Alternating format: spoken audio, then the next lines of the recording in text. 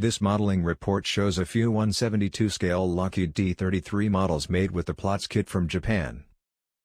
The Lockheed T-33 was developed into a two-seat jet trainer, based on the F-80 Shooting Star. Design work for the P-80 began in 1943 with the first flight on January 8, 1944.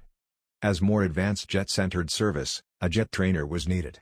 Using the same design, the P-80 fuselage was lengthened by slightly over 3 feet and adding a second seat, instrumentation and flight controls. Called the T-Bird, it had some sort of jettisonable seats and during the T-33 usage. The jet engine was the Allison J-33 and electric motors to drive the wing flaps and dive flaps.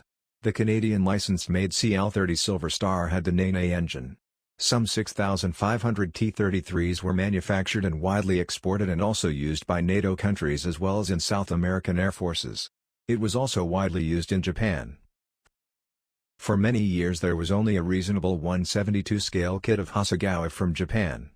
But in 2012 a very good kit was released by Platz from Japan. This new kit is shown here.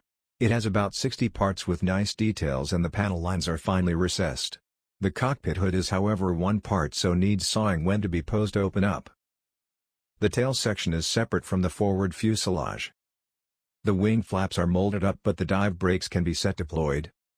Note that in 2021 the same Platz kit was released in the Italeri kit range as T-33 with catalog number 1444. The first Platz T-Bird kit came in 2012 followed by several other kit releases with different decals. The Platz T-33 kit with catalog number AC-11 was released in 2014 and is decals for Japan's Air Self-Defense Force jets at the technical school at Hamamatsu in Japan. A lot of stenciling is also on the decal sheet and the instrument panels. The kit instructions indicate these very well. One release kit number AC-14 also had extra parts for the Allison engine with a dolly.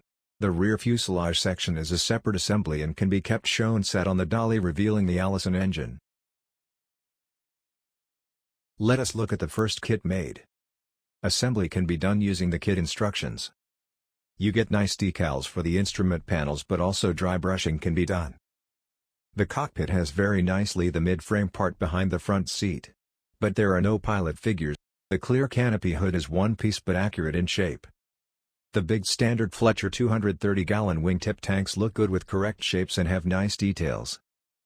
If you want a T-33 without these tanks fitted you will need to extend each wingtip with about 2 mm span with some plastic card. The landing gears have a lot of detail and the doors show details inside. For the rear fuselage a deep jet pipe is provided. The separate lower dive flaps are nicely done with good recesses. These brakes are always seen drooped on parked T-Birds.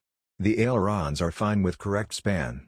I would also recommend though to inscribe the ailerons and elevator parts in the horizontal tail plane a bit deeper, same with the lower flap edges. The wing has the flaps up which is feasible as T-Birds had electrically driven wing flaps. Most photos show however parked T-33 with their flaps lowered. Many pilots kept the flaps drooped after landing to ease maintenance and inspection. So it is up to the modeler to decide how to show the model. Overall, it is a very nice kit. It is clear that the Japanese Platz model designers measured up a real T-33 in a Japanese museum.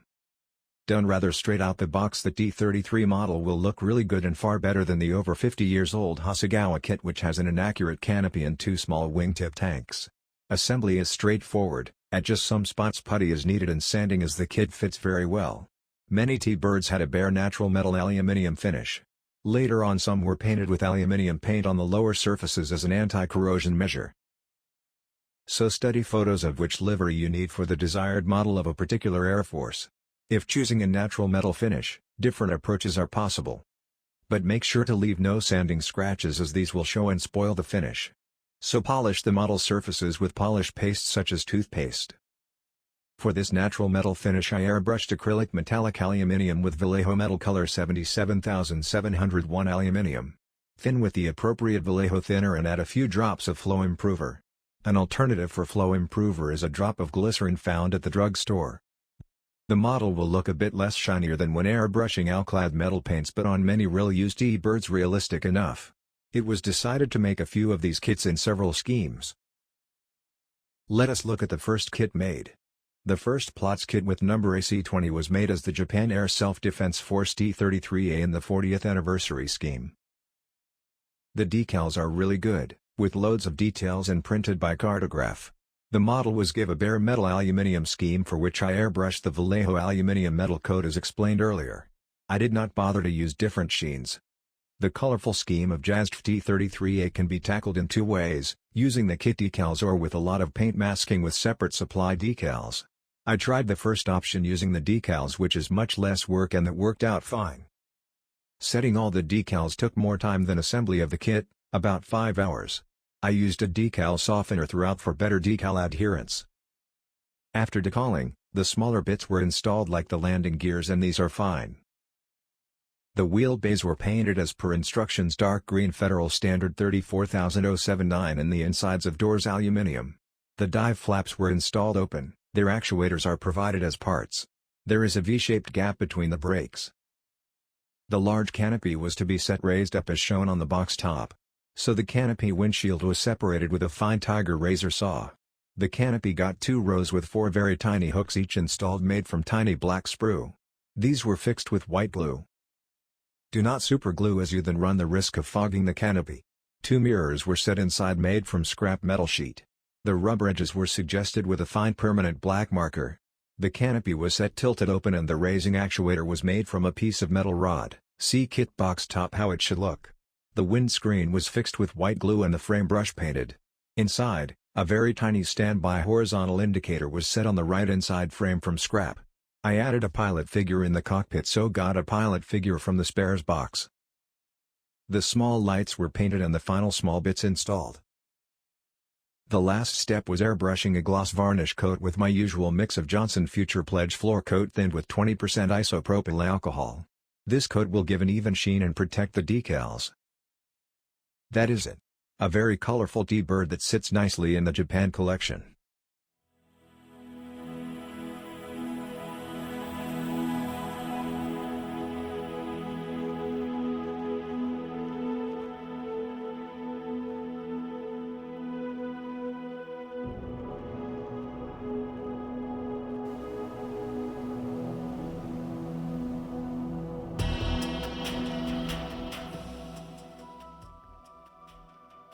The second Platz kit was made in a different scheme as those in the kit.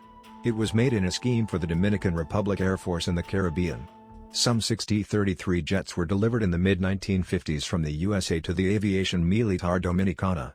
The jets were later sold to Uruguay and Brazil. It was decided to make this Platz T-bird model with flaps drooped as seen on many parked aircraft. This required cutting out the flaps, and this was done with razor saw and X-Acto knife. The bits can be reused, and note that the inboard flap section extends in the fuselage. On the insides of the flaps and wing trailing edge ribs are seen. These were suggested with bits of strip. The gaps in the fuselage and wing will be closed with card and white glue. For the remainder, the model can be assembled as explained earlier. The Dominican scheme is a natural metal scheme which was rather standard on many T-birds in those days. The kit was airbrushed with Vallejo metal colors as explained earlier. It is noted that not the insides but the outsides of wingtip tanks are matte black, which is rather peculiar.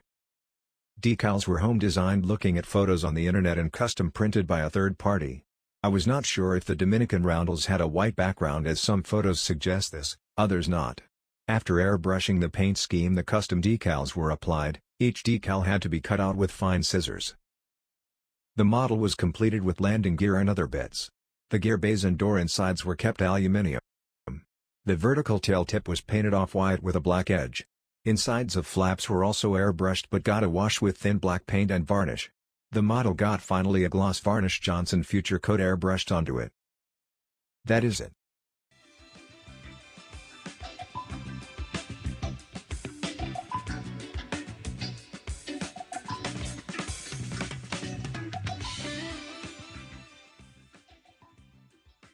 After the Paraguay president visited Taiwan in 1990, 6 ex-Taiwanese T-birds were acquired, which were delivered in 1991 to Paraguay. The Paraguay T-33 jets flew with the second fighter squadron called the Caciques. The last T-33 flew until 1998 in Paraguay.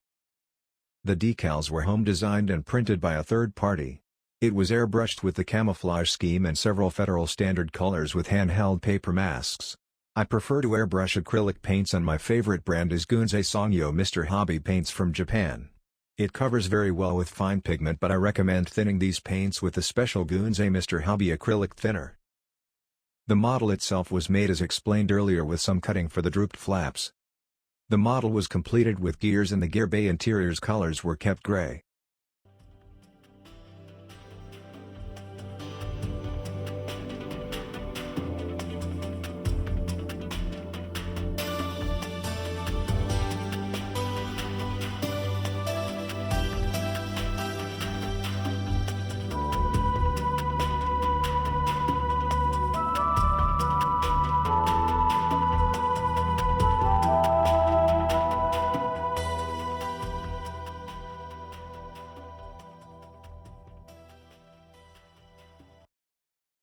The kit built is the Platz T-Bird kit numbered AC-14, which has extra parts for the Allison J-33 engine and a ground dolly. Over 40 T-33 jets were operated from 1951 through the 90s, including some 20 recon T-33 by the Greece Air Force. This model was finished as a Greek T-Bird using decals from the Italeri T-33 kit release, which is a reboxed Platz kit. The rear tail section will be set on the provided dolly, which will reveal the Allison engine. Also, the flaps will be drooped down. I added inside the fuselage a few airflow plates with card to suggest the airflow tunnel. Also, the flaps will be drooped down. Note also the curved card sections to close the drooped flap fuselage holes. For the remainder, the model can be assembled as explained earlier. It was airbrushed with the camouflage scheme and several federal standard colors with handheld paper masks. The decals were applied after the model got a gloss varnish overcoat to avoid silvering. To achieve a bit worn effects, some extra airbrushing was now again done. Each camouflage color was thinned with 20% white and each area oversprayed in this lighter color mix. Use a paper mask to apply the worn pattern. The J-33 engine from the Platz kit was painted and fixed to the inside frames.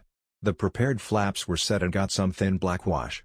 Some recessed panels were scribed with a soft pencil for some extra weathering. The final thing done was airbrushing a semi-matte varnish.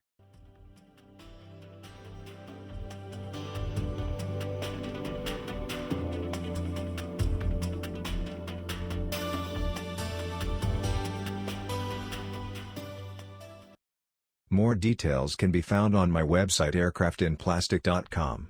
I hope you enjoyed this video.